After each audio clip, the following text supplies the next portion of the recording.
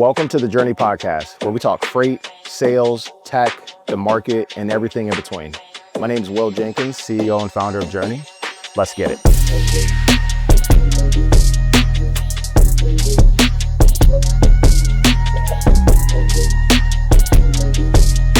Hello and welcome to the Journey Podcast. My name is Will Jenkins, CEO and founder of Journey. And today I'm joined by Kevin Coomes, CRO at Chain. Kevin, what's going on, man? It's good to see you, Will. You too. It's been an interesting few months, man. So it's good to reconnect. Yes, absolutely. I love the shirt, man. Did you write the copy for the shirt? I had to pull the shirt. We actually do this ahead of TIA, but I don't think we had enough time. It was like, nice. We gotta get it out there. I like it, man. So I've gotten to know you a lot the last couple of years, but I'd love if you wouldn't mind just giving everyone a quick 10,000 foot overview of your background and what you've been up to. And then I want to hear your fun fact. So I hope you've been thinking about a good one. Okay, good. Yeah. So many fun facts. Yeah. So my background in the industry specifically, well, we can go pre that and maybe that'll ruin my fun fact, but I actually got into the industry in China is kind of how I got into freight originally. I actually lived in China for 3 years in total. I was there for 2 years, the last stint in 11 and 12. Actually had a company over there. Did a lot of our own freight and things. We were actually bringing products into China, which is weird, instead of the inverse that a lot of people do. And so that's kind of how I got into learning freight. When I moved back to the States, I actually joined up with a company called Catapult International for a few months here in Kansas City. That was they were building a quote management system, right? For freight forwarders, that sort of thing. That was kind of their main product. They were trying to launch like a freight marketplace for freight forwarders to offer rates out to people because they were doing the contracts, whatever. Shifted gears, didn't want to be in Kansas City, which is funny because I'm back here now. Actually met the guys from Carrier Direct, which is now Metaphora, but this was really early on. So this was Jet McCandless and Joel Klum, who were starting Carrier Direct, which I know you know both of them. Yeah.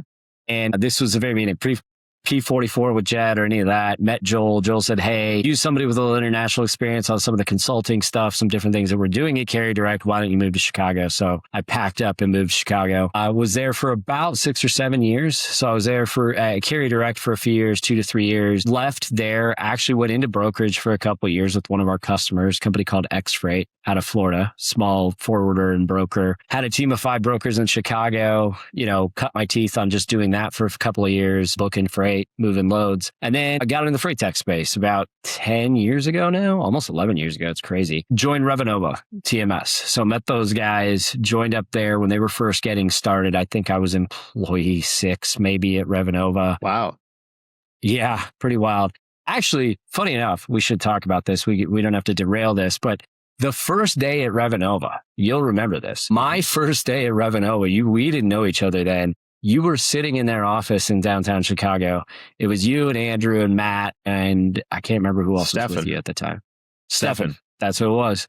And you guys were just getting on Revenova. You had just signed the contract. You were sitting in that office that Revenova used to have downtown when I first started before they moved out to the burbs. And you guys were implementing Revenova at Mola. That was my first day there. That's crazy. I didn't know you were in that office. I talk about that with the Revenova guys all the time. It's crazy. Yeah. Small world.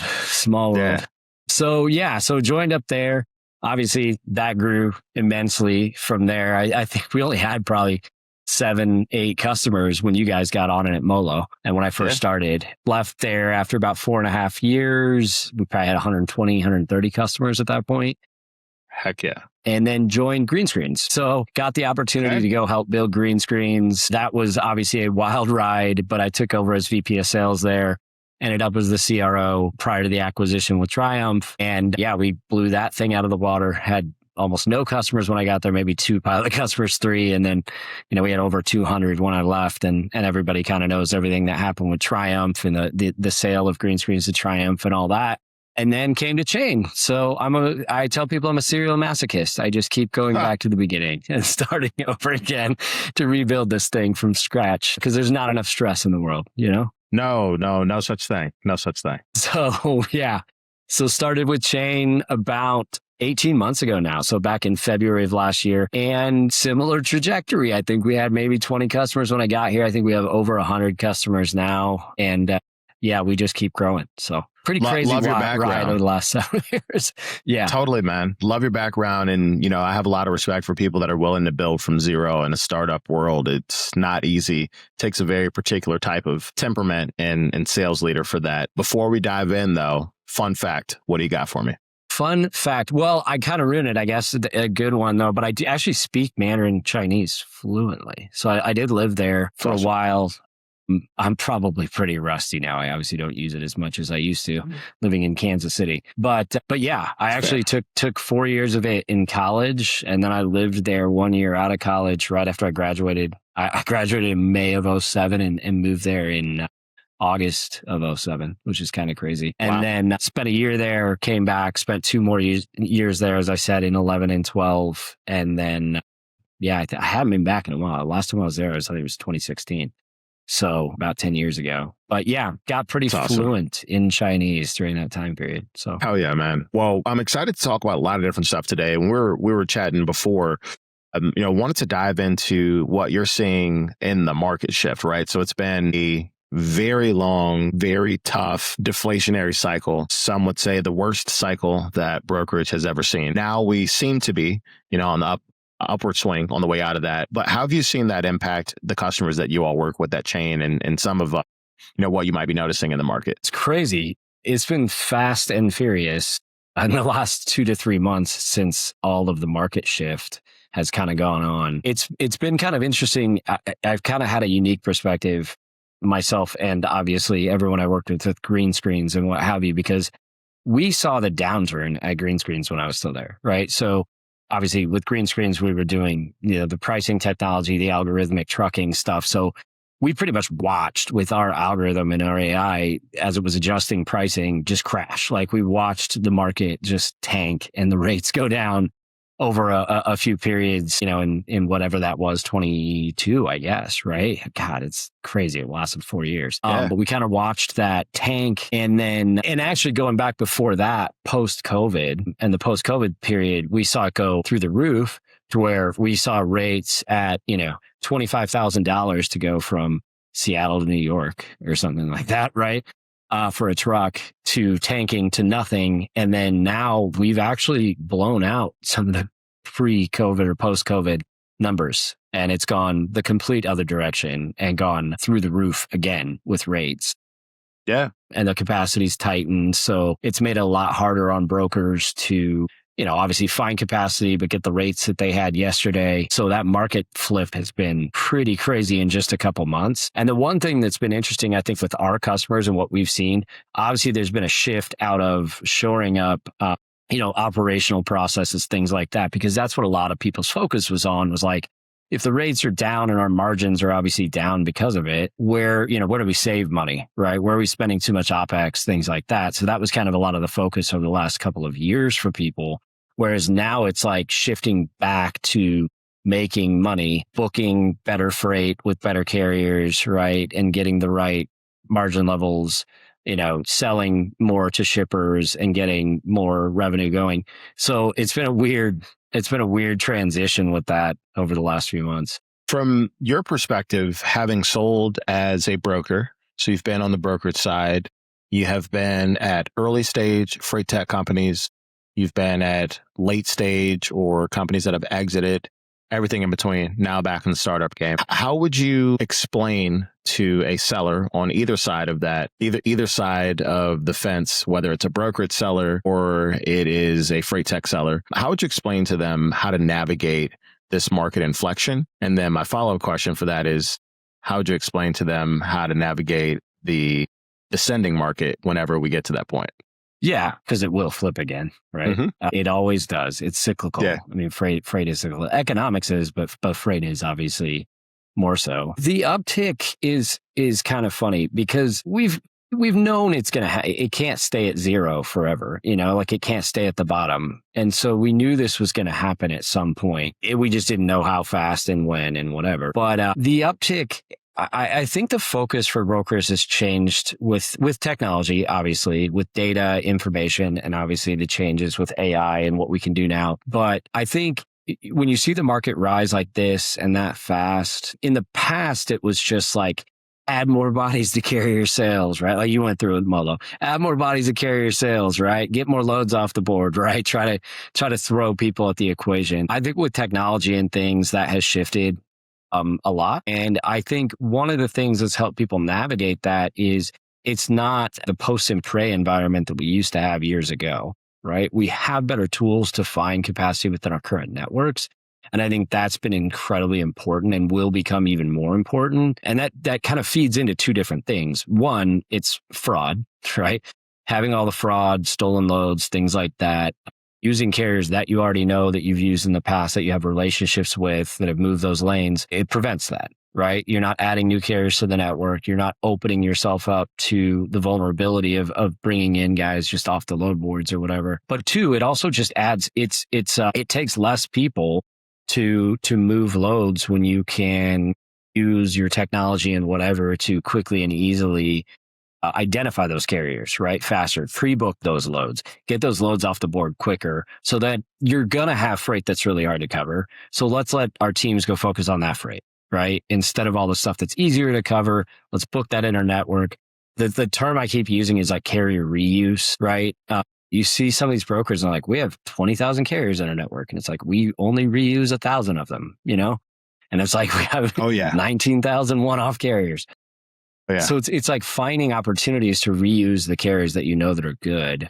And that improves fraud. It improves margins. It improves the bottom line because, you know, if you're booking freight faster, you're not having to post out to the boards. You're not having to go through, you know, a million phone calls and emails and that sort of stuff just to find a truck if you can do it accurately and effectively. So there's a lot of things that I think that shores up in an up market. And I think that's one of the biggest things we're seeing right now at Chain is like there's a renewed focus on those types of things. How do we improve the carrier booking process and use those carriers in our network? Totally. So let's set the stage real quick. Give me a rundown on what Chain does. We'll kind of go back and forth a little bit about how the business has evolved. Yeah. It's good segue in terms of what we do and what we're seeing.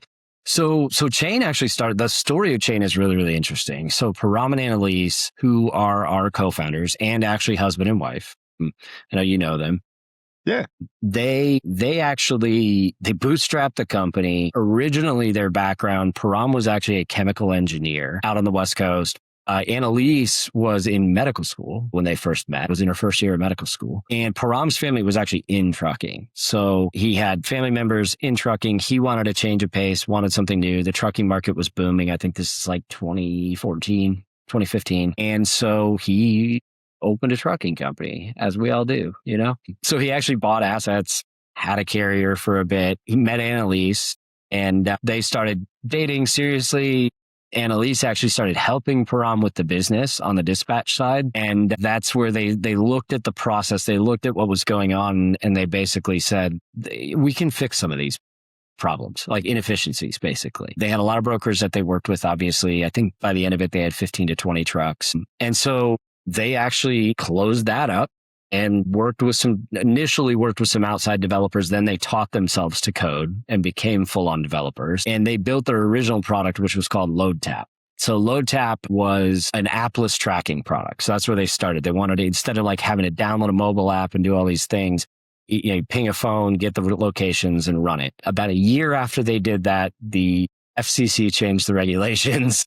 You couldn't track a phone anymore without certain consents or a mobile app or whatever. So they had to shift gears again. And so they did build a mobile app. So we do have our own tracking app. We actually have, mobile tracking, ELD tracking, EDI, API. We do everything. We have 1 million integrations to different things so we can track anything, basically. But they decided like, hey, we're not just going to go out and compete with the incumbents that have been here doing tracking on the mobile side forever. Like we need to do something different. So they started down the automation road and built the initial automation products that they had. No AI. This is, 7-8 years ago. So there wasn't all of these things with ChatGPT and Claude and all this other stuff. The initial piece was more of like an RPA where it was like connect to the TMS, get the data. When the brokers have to do something, a check call, get an ETA, get a get in out time, something like that. Instead of the broker having to sit there and read through all this stuff, it alerted them to that. It said, hey, you got to go out and do these things. Here's the loads, go to these and do these.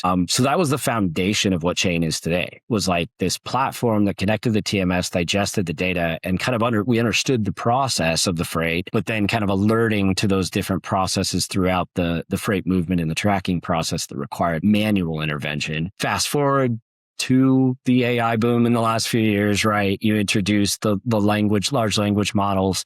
You introduce a lot of the agentic components of what AI can do now. And about 3 years ago, they shifted and started building just complete automation for it. So now we've taken that foundational approach. We've taken that understanding of the process. And now we've taught it to an AI agent, which is Autopilot. So Autopilot is our AI agent now. It actually is really interesting. We just put something out with Freight Caviar. We just moved our 3 millionth load that Autopilot has touched about 3 weeks ago. It's awesome. Which is crazy to think about, right? And it stores that memory and it has that information. It's tracked all those loads. It's followed every single one of those loads through to completion. You wish a rep could remember 3 million, but it does. And so now today, Autopilot just basically executes those tasks, check calls, ETAs, updates, collects documents, reads documents, pulls data off documents, matches it against what should happen on the load, and then communicates to carriers, flags exceptions. In some instances, it actually handles exceptions in the loads and actually rectifies them so the human doesn't have to get involved. And so we're putting out a lot of case studies now around the data, but anywhere from 75 to 90% plus of the human touches in the tracking process, we've just completely removed now. They don't do anything. It's completely touchless in that process. And so that's kind of where we focused initially, go inch wide, mile deep on tracking. Now, obviously with the shift in market and whatever else is going on, now we're looking at the booking process. And with the booking process, it's not just like having it negotiate everything and do everything. It's kind of what I said earlier. How do you identify the carriers that are already there, the easy stuff to cover? If you can cover 30 to 40% of that easy stuff and no one has to touch it and you can automate that, now that other 60% of the freight that is difficult or might require humans to do more, rigorous negotiation, build relationships, let them go focus on that stuff. So booking is kind of the new thing we're focused on. I love it, man. So I want to peel back a couple layers here. When you think about how you all focus, you mentioned going an inch wide and a mile deep on the tracking element to begin with. How did the team decide this is where we're going to plant our flag and we want to be excellent at this before we go and take on other stuff? That's a really good question. So I think when you're looking at these different tasks, right, there's this huge thing going on with freight, with AI, right, where everybody's trying to boil the ocean. It's let's attack all the problems at once. And what are your problems? Tell me, and I'll go build a bot for it or something, right? Which is I personally think is fundamentally just misunderstood. That is just a fundamental misunderstanding of the industry because there's too many nuances. There's too much going on from broker to broker, within a brokerage, from shipper to shipper that they move freight for. There's just a million things. If you're going to go out and try to build everything and build custom bots and do all, it's just you're just in this endless loop and nothing gets accomplished. And so you may accomplish things, I shouldn't say that, but nothing gets finished, right? You're continually just building out more workflows and doing more things. The approach we took was very different. We thought about it in terms of, we have an AI agent. It works across all these customers and all these loads. It should understand freight. We don't have to go build a bot for each person that does their process. It fundamentally understands freight and gets it. And then all we got to do is then tell it, like you would a rep in a brokerage, this is our process we like to follow. You already know how to do all these things, but these are the things that we need done, right, in the process. And so with tracking specifically, when you take that approach, whether it's tracking or booking or other parts of the business, I think with tracking in particular, we saw it as the lowest hanging fruit. There's so much wasted manual work in just moving data around, getting updates, putting it in the TMS, whatever, right? None of that work is actually making money for the business. It's just costing the money, OpEx, right? That's why we had all this outsourcing boom over the last couple of years or whatever, because people saw the bottom line and how much it was costing them in human capital to do these things. So let's eliminate the need for all of that manual work in tracking specifically. And then let's repurpose those people into things that actually make the company money. That's our goal, right? Is to put them in revenue generating roles. And so that's why we attack tracking first, because there's so much OpEx tied up in that. And it's just busy work. It's just a lot of mundane tasks and data movement. So Totally. So I have a particularly unique question relative to the market that we're in today. So, when the market is strong, it's a lot easier to sell really anything. I don't really care what you're selling, right? If people have excess capital or there's an imminent need, it's easier to sell. I would say that we are in a better market, now than we were 2 quarters ago. From a brokerage sales perspective, it's probably easier to have conversations with people, even on the freight tech side, than it was a few months ago. How would you describe the differences in your approach as a freight tech sales leader in a deflationary market versus an inflationary market? Like, how do you position your value prop? How do you get people interested when, man, we're going through it, Kevin, like we're getting beat up here, not a lot of extra money, versus, Kevin, things are booming and okay, cool, I'll have the conversation with you now. Yeah, I think let's kind of take tracking as an example of this, right? What I just talked about. Like in a down market, it's like we need to cut costs. Like where do we show value in trimming cost off of the top, or again, like repurposing cost into places that make the business money, help sell more, move more volumes so that you can keep up with the downturn in the rates and things like what we had. And so in a down market, it's hard. I mean, freight tech is really, really hard in a down market because, again, people are trying to trim fat wherever they can, So if you're a freight tech vendor and there's not a stickiness and there's not a real tangible ROI and value there, whereas like they say, okay, if we take this out of the business, we ask this question in case studies just because it's funny. Like, what would you do if chain disappeared tomorrow? Like, what would happen in your business? Whatever. And if they say like nothing, or they can legitimately look at that and be like, it would be a pain in the butt for a few months, but we'd get over it, we'd fix it and be fine. You've got a problem. Like that's a product market fit problem, because in down markets, you're going to be the first thing to go. And you're not going to be able to sell to people in a down market because you're not going to be able to demonstrate value. And so I think that value proposition, the addition of that value and how you present that to customers and how you frame that is incredibly important. Obviously, salespeople can't control all of that, right? You got to sell a good product. I think one thing in my career in the freight tech side with Revenova, with green screens, with chain that I've looked for, like leaving green screens and going to chain, we caught lightning in a bottle at green screens. It was crazy. And we hit it at the right time where the market was volatile and we had a lot of value in the pricing. Coming to chain though, kind of similar thing. I'm looking for something in the product that works, that shows value, that turns ROI quickly, that the executives, the CFO, right, isn't going to look and say, let's just get rid of this, right? It creates that tangible value. And so I think in down markets specifically, you really have to attack that piece of the sales process. You really have to be able to demonstrate that and show them, like, once you put this in there, there's no taking it out, because it's going to be providing so much value that it doesn't matter what happens in the market, you're going to want to stick with us. And so I think in down markets, that's kind of one of the biggest things. In up markets, it's still kind of like that. I think the value prop is still important there, but I think the shift is in rising markets, like markets that we have now, it becomes less about trimming fat and it's more about like capturing business, capturing margin, going out and growing the business in a market like this and staying ahead of the pace, right? You can grow a bunch, but if you're not making any money, it doesn't matter, right? So you got to capture the margin with it and bring that along with it, specifically in freight. And so I think in an up market, it starts to become like, I think people do waste a lot of money on freight tech in up markets because they just start plugging things in here and there because they feel like they have the capital now and the budgets. But I think the ones that are smart, the brokerages and 3PLs, carriers, whatever, that are smart in our industry specifically, when they're in these up markets, they're looking at what gives us an edge in those spaces, right? Like where can we add a percentage of margin here or there based on what this provides to us, right? And so I think it starts to become a little, if you're defensive, right, in the down market, it's more offensive in the up market, right? How do we add value?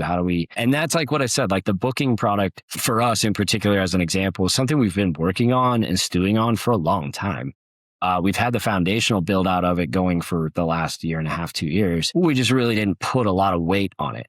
We didn't really put a lot of legs into it to build out like the AI agents and all the other things we can do with it. Look at the market shift. Now people are going, damn, it's getting a lot harder to cover freight. right? I really need to focus on what can book freight faster with the carriers that are in my network to prevent the fraud, to get more margin, whatever. And so, pivoting a little bit, not hard, like we're still focused on track and trace, we're still focused on those things, but obviously then being able to say, hey, booking is here and we can do this. I think you got to be able to attack those competitive advantage edges in the up markets. I think that's the shift in the buyer's mind is now you're going out and you're looking for the arsenal to give you the edge instead of being defensive. Totally. I mean, I think there's a lot to be said there in terms of being able to pivot, but not necessarily change the product. Like the core of what you're talking about there is I need to be selling a strong product, right? So that matters. I need to have a product that people will buy. We're not going to act like salespeople have this perfect pitch in every scenario and you can sell things that people don't want. But the other part about it is that the product needs to be core for the organization, right? And I think about this as an investor. I've done a decent amount of angel investing, and I think about it often. Is this a nice to have or is this a must have? And I am never going to be the kind of person that will, poo poo on an entrepreneur's idea, and you want to go see those people thrive, but you think about it in dollars and cents, right? The nice to haves get cut when things are not so nice, right? When the market's not in our favor, those are the first things to go. But you don't stop paying for things that you must have to run your business. So I like that stance when you think about the product itself. Yeah, you hit on something that's interesting there too, in terms of you can build a lot of cool apps and tools and this sort of stuff that look sexy, right? And feel like, oh man, that's really cool. It'd be really cool to put that in our business. But there's a distinct difference between like cool and like and product market fit. Does it actually fit the needs of the brokerage or the customer in general, right? You brought it beyond just freight, but there has to be a distinct problem you're solving or multiple problems that you're solving, right? As you expand a product and do things, not just like, and that's where I think the AI thing has gotten so weird. People are just trying to build cool stuff. And it's like, okay, but like that AI does cool stuff, but does it actually solve a problem? Does it actually provide tangible ROI right away? Like can it be tested in a real world environment and actually do something that moves the needle for a company? And that's why like tracking, I think, was our focus initially, because I think, yes, like that's a lot of manual tasks that an AI can automate that doesn't require a human. It's moving data around and things that, it doesn't require empathy and sympathy and all these human things necessarily to do that stuff, right? So you can attack that and provide value quickly with it. And I think, yeah, to your point about like, it's that product market fit is probably the most important thing. And again, salespeople can't change that, right? They can't affect that. But as a salesperson, I would advise people, right? Or give advice around like, find products that make sense in that regard if you're going to go work for a company. Yeah, totally, man. So you talked a little bit about the booking solution that you all have been working through for a while. You mind giving us a quick rundown on that? And then I'll ask a couple other questions before we wrap. Yeah, for sure. Our focus on that side, and this kind of goes back to the same conversation around the AI stuff, right? Whatever.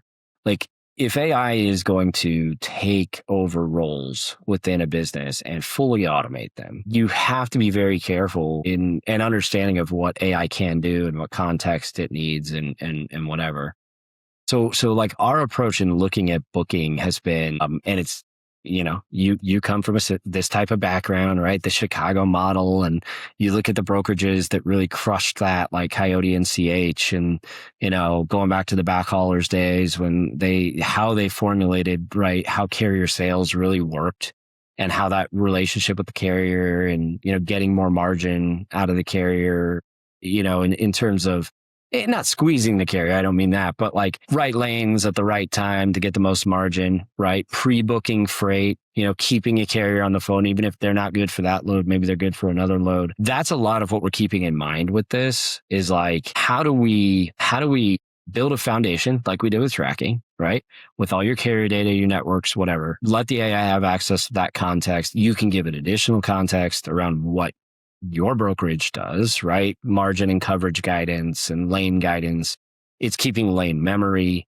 We have a very unique advantage because we track, I think we've tracked to date like 700,000 or 800,000 carriers, different carriers, not trucks, carriers. which is crazy. Like, Yeah, that is there's crazy. a lot, and there's a lot of carriers out there, probably a lot more than Yeah. that even, but we've tracked a lot of carriers. So we know what lanes they've moved. We know where they like to go, where they operate, that sort of stuff. So using a lot of that data, it's a lot of things. It's funny because like in the initial conversations we've had around booking with some brokers and some large brokers, right? The guys that are moving a lot of loads, guys that have been in the industry for 20 years, you know, they're like, man, what I would like the AI to do is a lot of things that I wish my humans did. Like, I wish my carrier reps would go do these things, but they don't. And it's not always the carrier rep's fault. It just takes a lot of time, you know, to do some of these things, to do the research, to pull up the data, to go through that information, to make sure you're finding the perfect carrier, what have you. AI is really good at that stuff. It can do that stuff in seconds. You know, and if it's having emails back and forth with a carrier who's asking about a load, it can say, hey, you know, okay, you don't want that one. Here's 3 others. Right. And it knows to remember to keep them there and try to find another load for them out of the 1,000 loads we have on the board. And so for us, that approach in booking is not go find new capacity, right? Or just blast the field. It's been more like surgical. We're trying to be very, very surgical in terms of like getting the right carriers on the right loads, based on the brokerage's requirements. And again, that may only get you to 40 or 50 or, you know, 60% of your freight, depending on what kind of freight you move. There's always going to be difficult freight. And that's where your carrier sales reps are going to shine, right? That's where you put them on the phones. That's where you get them out to their networks and the carriers that they work with. And that's where they make their money. And so that's kind of been our focus around booking. It's more about carrier reuse, the right carriers, the carriers in our network, and then let the hard stuff, once it falls out of that cascade and that tier of, okay, the tier 4 is this stuff is really hard to cover. Instead of just going and posting and praying, though you may have to post that stuff, let's get the carrier sales rep on the phone too and really go out and try to find carriers for it. Man, I'm excited to see the team continue to develop. You know, one of the things that is interesting to me, I typically, you know, before I invest in an organization, I try to do a little back channeling with any active customers and like see how effective the things that they say they do are. And I did that before investing in Chain, and I heard nothing but really good things and what you all did. And my favorite, really my favorite part about it was we do tracking very well, and we're going to execute this very, very well before we go and do anything else. So I can't imagine how good the booking product is going to develop and work if you guys take that same process and just say, now it's time to master this, because that was quite effective, you know, in the first iteration of what the product was. Yeah. I mean, the approach, we proved it with tracking, you know, like we've done it with tracking. Like I said, we've gotten to this point where we have over 100 customers and we're moving, like it's crazy. Like we actually just did a case study with one the other day and literally, I can't remember what his exact answer was to the question about like, if we took Chain, you know, we removed Chain tomorrow. I think it was something like, oh, it was, I just found it. If Chain disappeared tomorrow, what would break? And he said, honestly, my soul. Like we got to that point where it's like, man, if this came out of my business, I would have to remove all these people back. And now all these tasks would have to be done by people again. And it's like, now it costs me all this money. And so like, that's what we did with tracking. But we wanted to do that first. We wanted to get to that 90% automation, you know, it wasn't then do a bunch of different things. And I think that's with the booking, we're kind of taking that same approach. Again, the inch wide, mile deep thing. The other thing I'll say with that too, though, is it also goes back to, and this is like, you know, talking about doing research, and I've done some angel investing as well. And it's like one of the biggest things for me in freight, when I look at these companies, it's like, are these people freight people? Have they moved loads? Do they have a background? Not that the developers always have to, but at least the leadership or some people in leadership or people that are driving the direction of the product and where it's going. Do they know freight? Do they understand freight? Because if not, they're just going to step on a lot of landmines because they don't understand it. And so like, I think that's another thing that's been interesting with Chain is Param and Annalise's background being a carrier and having lived these problems and these pains. I was a broker. My 2 sales guys that I have were brokers, you know, like a lot of people, almost every other company has been a broker at some point. So man, that's a hugely important thing too. Yeah. Yeah, it's huge. Very helpful. So as we get ready to wrap up here, Kevin, where are the best places for people to get a hold of you or the Chain team if they want to learn more about what you're building? Yeah, for sure. I mean, I'm always on LinkedIn. You and I are both always on LinkedIn, right? Yep. So if people want to hit me up there, send me a request, what have you. But if you go to our website, it's easy. Trychain.com, exactly how it spells, TRYCHAIN.com. You can request a demo. You can kind of see what we're working on. We'll also be at every conference for the next 4 months.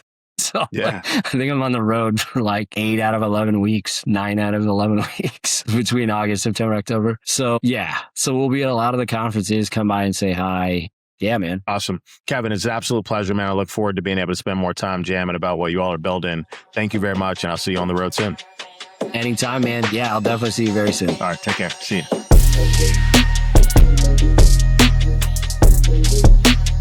you.